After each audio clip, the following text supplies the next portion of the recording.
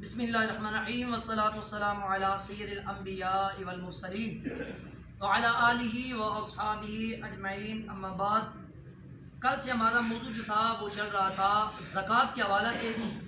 زکوٰۃ کے فضائل پر از روئے قرآن و حدیث مختصر بات ہوئی۔ آج زکوٰۃ کے مسائل پہ بات ہونی تھی کہ زکوٰۃ جو ہے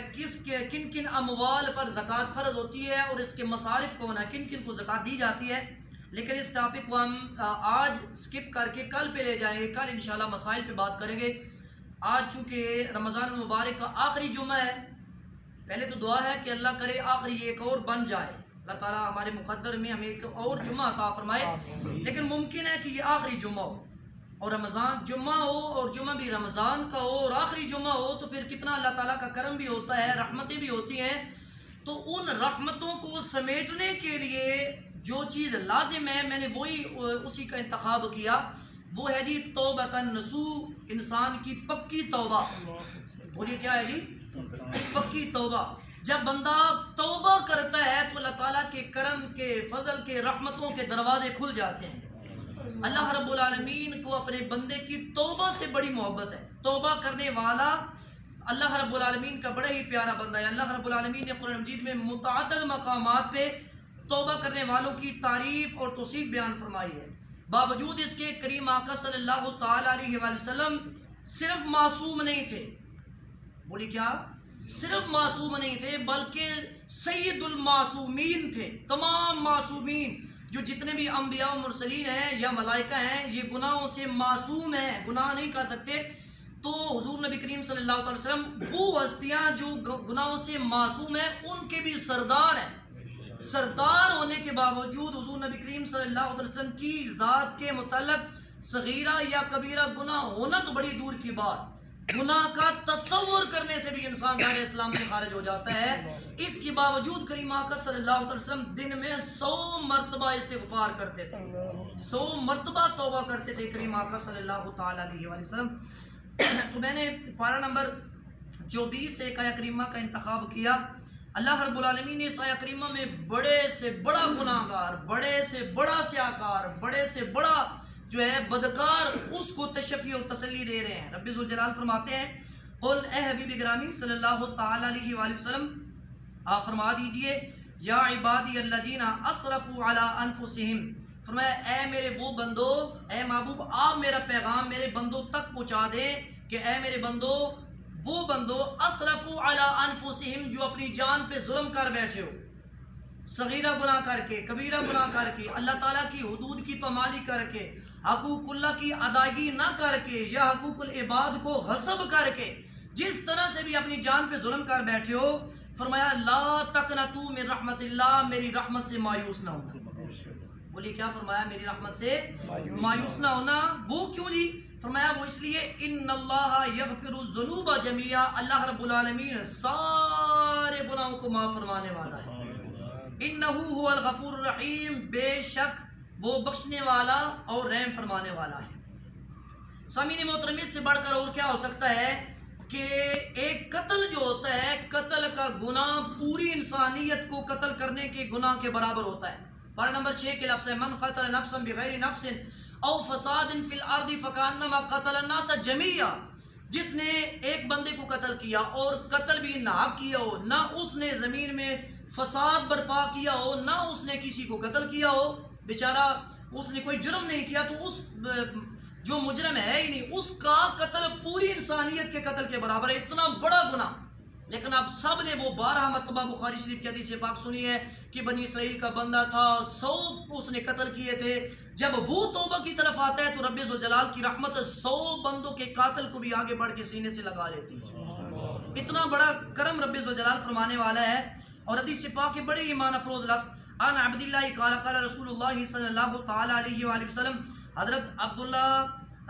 عبداللہ بن مسعود رضی اللہ تعالی عنہ آپ سے مروی حدیث پاک ہے، امام حیثمی نے مجمع الزوائد میں نقل کیا۔ میرے کملی والے آقا صلی اللہ تعالی علیہ وآلہ وسلم کا ارشاد پاک ہے،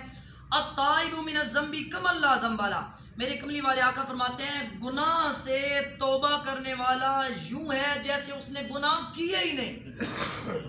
آپ کو سمجھ آئیے جناب؟ کیا گناہ سے توبہ کرنے والا کیا اس نے گناہ کیے ہی نہیں، کتنا بڑا اجر ہے۔ اور قرآن مجید کی ایک آیہ کریمہ میں ترجمہ کر دیتا ہوں، آپ اس پہ ذرا توجہ دیجیے گا۔ پارہ نمبر 19 کے لفظ ہے اِلَّا مَن تَابَ وَآمَنَ وَعَمِلَ عَمَلًا صَالِحًا، فرمایا وہ لوگ جنہوں نے گناہوں سے توبہ کی، صاحب ایمان ہوئے، اعمال صالحہ کا انہوں نے ارتکاب کیا، فَأُولَٰئِکَ يُبَدِّلُ اللَّهُ سَیِّئَاتِهِمْ حَسَنَات، رب ذوالجلال ایسے لوگوں کی سارے کے سارے گناہوں کو صرف معاف نہیں کرے گا، صرف معاف نہیں کرے گا بلکہ معاف کر کے ان سارے کے سارے گناہوں کو اللہ رب العالمین نیکیوں میں بدل دے گا۔ آپ نے یہ قرآن مجید کے مبارک لفظ سمجھے ہیں، گناہوں کی معافی بھی ہو جائے گی، اور معافی ہو جانے کے بعد 60 سال کے گناہ، 70 سال کے گناہ، 80 سال کے گناہ، وہ سارے کے سارے کنورٹ کس میں ہو جائیں گے؟ نیکیوں میں۔ یہاں ہمارے استاد گرامی قبلہ شیخ الحدیث صاحب بڑی خوبصورت بات فرماتے تھے، اس کا مطلب وہ ہمیں فرماتے تھے، جانتی ہو اس کا مطلب کیا بنتا ہے؟ اس کا مطلب یہ بنتا ہے توبہ سے پہلے انسان نے جتنا بڑا گناہ کیا، جتنا بڑا جرم کیا، وہ اتنا بڑا ہی گناہ، اتنا بڑا ہی جرم نیکی میں بدل جائے گا۔ پھر استاد گرامی نے ایک بڑی خوبصورت مثال دی، استاد گرامی نے فرمایا کہ اگر اس طرح ہو، اللہ نہ کرے ایک بندہ زنا کرے اور زنا بھی کر رہا ہو کعبۃ اللہ میں کھڑا ہوگا، اللہ نہ کرے، اور زنا بھی کر رہا ہو اپنی سکی امی جی کے ساتھ، 3 سٹیپ ہو گئے، زنا بذات خود بہت بڑا گناہ، پھر کعبہ شریف کی زمین بہت بڑا گناہ، پھر سکی امی کے ساتھ کتنا بڑا گناہ۔ اتنا بڑا گناہ کرنے والے مجرم کو اگر اللہ رب العالمین توبہ کی توفیق دے دے، وہ توبہ کرے تو توبہ کرنے کے بعد اتنا بڑا جرم اتنی بڑی نیکی میں کنورٹ ہو جائے گا۔ یہ صرف میں نے ایک مثال دی ہے کہ زندگی میں جتنا بھی انسان گناہ گار ہے، سیاکار ہے، بدکار ہے، اگر اس کی آنکھوں میں مچھر کے پر کے برابر بھی اللہ کی خشیت سے آنسو آگے تو رب ذوالجلال اس کے سارے گناہوں کو معاف فرما دے۔ بہت سی آیات تھی، بہت سی حدیث تھی، میں نے اس کو مختصر کیا صرف اور صرف آپ کو ایک ایمان افروز واقعہ سنانے کے لیے، وہ بھی حدیث پاک ہے، سب نے توجہ کرنی ہے، اور توجہ کر کے ذہن میں بٹھا کے پھر ہم نے دیکھنا ہے کہ صحابہ کرام رضوان اللہ تعالی علیہ مجمعین، ان کے دلوں میں کتنا اللہ رب العالمین کا خوف تھا، کتنی خشیت الہی تھی، اور اللہ رب العالمین کا کتنا عشق تھا، کتنی محبت تھی۔ جب ایک گناہ ہو جاتا تھا تو وہ کتنے تڑپتے تھے۔ ہم ہزاروں نہیں لاکھوں گناہوں میں لت پت ہوتے ہیں اور توبہ کی طرف آتے ہیں۔ حضرت جابر بن عبداللہ رضی اللہ تعالیٰ عنہ، آپ سے مروی حدیث پاک ہے، امام ابو نعیم نے معرفت الصحابہ میں نقل کیا، اور بھی کئی حدیثوں میں، کئی حدیث کی کتابوں میں یہ حدیث پاک موجود ہے۔ راوی حدیث حضرت جابر بن عبداللہ ہیں۔ آپ فرماتے ہیں انصار صحابہ میں سے ایک نوجوان تھا جس کا نام تھا حضرت ثعلبہ بن عبد الرحمن۔ واقعہ بڑے ایمان افروز ہے، آپ نے صرف توجہ کرنی ہے۔ راوی حدیث میں نے بتا دی حضرت جابر بن عبداللہ، اور جن کا واقعہ ہے جس صحابی کا اس کا نام ہے حضرت ثعلبہ بن عبد الرحمن۔ اگر عبد الرحمن بھول جائے تو ہمارے ماسٹر صاحب عبد الرحمن نام ہے ان کا، ان کی نسبت سے یاد کر لیجیے، ثعلبہ بن عبد الرحمن کی نسبت سے۔ اچھا کیا ہوا، وہ صحابی رسول تھے اور ہمہ وقت حضور کی خدمت میں رہتے تھے، یہاں سبحان اللہ کہہ دیجیے۔ ایک مرتبہ حضور کی زیارت کرنے والا وہ کیا ہے، صحابی بن جاتا ہے، تو جو ہمہ وقت صبح و شام دن، ٹھیک ہے جی، رات کو ہر وقت حضور کی خدمت میں رہنا، اور حضور نبی کریم صلی اللہ علیہ وسلم کے جوتے مبارک وہ سلائی کیا کرتے تھے، سرکار کے نالین اقدس وہ سلائی کیا کرتے تھے، اور چھوٹا موٹا جو گھر کا کام ہوتا، سرکار کا کام ہوتا، وہ کیا کرتے تھے۔ کسی کام سے سرکار دو عالم صلی اللہ علیہ وسلم نے ان کو ایک بازار کی طرف بھیجا۔ جب بازار کی طرف جا رہے تھے، رستے میں جاتے ہوئے ان کی نظر کسی نامناسب جگہ پہ پڑ گئی، جہاں نظر نہیں پڑنی چاہیے تھی، اس جوان کی نظر وہاں پڑ گئی۔ جیسی ہی پڑی فوراً خیال آیا، اب میں کون سا منہ لے کر حضور نبی کریم صلی اللہ علیہ وسلم کی خدمت میں جاؤں گا، جبکہ حضور نبی کریم صلی اللہ علیہ وسلم وہ ہیں کہ جن کو اللہ رب العالمین ساری خبریں دے دیتے ہیں، ان کو سب کچھ پتہ چل جاتا ہے کہ میری نظر نامناسب جگہ پہ پڑ گئی، اور میں وہ ہوں جو ہر وقت حضور کی خدمت میں رہتا ہوں، حضور کی معیت میں، حضور کی سنگت میں، حضور کی قربت میں رہتا ہوں، اور میری نظر نامناسب جگہ پہ پڑ گئی۔ بس یہ خیال آیا، رونا شروع کر دیا، چیخنا شروع کر دیا، چلانا شروع کر دیا۔ پھر اس کے بعد سرکار کی بارگاہ میں نہیں گئے، پھر کہاں چلے گئے، پہاڑوں میں چلے گئے، غاروں میں چلے گئے۔ 40 رات تک لگاتار راتوں کو اٹھ کر روتے رہے، گڑ گڑاتے رہے۔ جب 40 راتیں گزر گئی، اللہ رب العالمین نے حضرت جبرائیل علیہ السلام کو بھیجا۔ جبریل علیہ السلام کریم آقا حضور حضرت محمد مصطفیٰ صلی اللہ علیہ وسلم کی خدمت میں حاضر ہوتے ہیں اور حاضر ہو کے عرض کرتے ہیں یا رسول اللہ آپ کا ایک غلام تھا ثعلبہ بن عبد الرحمن، یا رسول اللہ آپ کی خدمت میں حاضر نہیں ہوتا تو 40 دن ہو گئے ہیں، وہ غاروں میں ہے، وہ روتا ہے، وہ چلاتا ہے، اور رب ذوالجلال فرما رہے ہیں کہ آپ کا جو پہلے تو حضرت جبریل علیہ السلام آئے اللہ رب العالمین کی طرف سے کہ اللہ رب العالمین نے فرمایا اے جبریل جاؤ میرے محبوب علیہ السلام کو میری طرف سے سلام پیش کرو، سلام پیش کیا، پھر عرض کی یا رسول اللہ آپ کا غلام وہ اللہ رب العالمین سے پناہ طلب کرنے کے لیے غاروں میں ہے، روتا ہے، تڑپتا ہے، چلاتا ہے،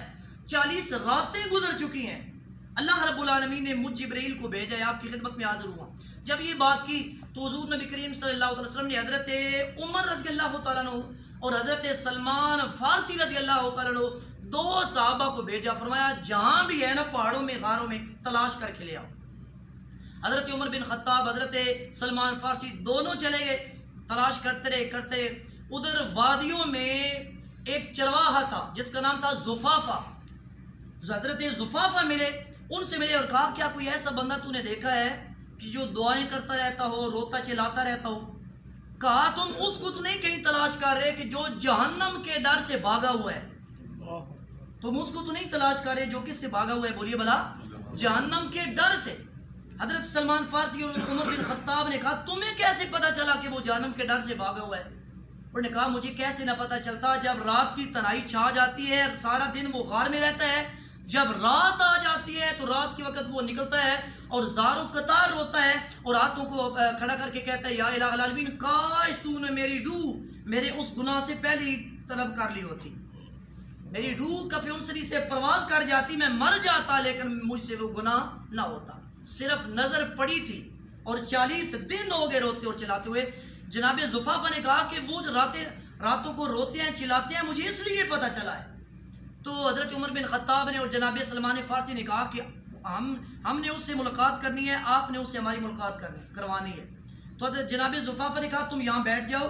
جب رات کی تنہائی ہوتی ہے وہ اپنے غار سے نکلتے ہیں یہاں میدان میں۔ رات ہو گئی، وہ نکلے، جیسے ہی حضرت عمر بن خطاب حضرت سلمان فارسی کو انہوں نے دیکھا، حضرت زفافہ نے، حضرت ثعلبہ بن عبد الرحمن نے، تو فوراً کہا کیا حضور نبی کریم صلی اللہ علیہ وسلم کو میرے گناہ کا پتہ تو نہیں چل گیا؟ اب دونوں آئے ہیں، کیا ان کو خبر تو نہیں ہو گئی؟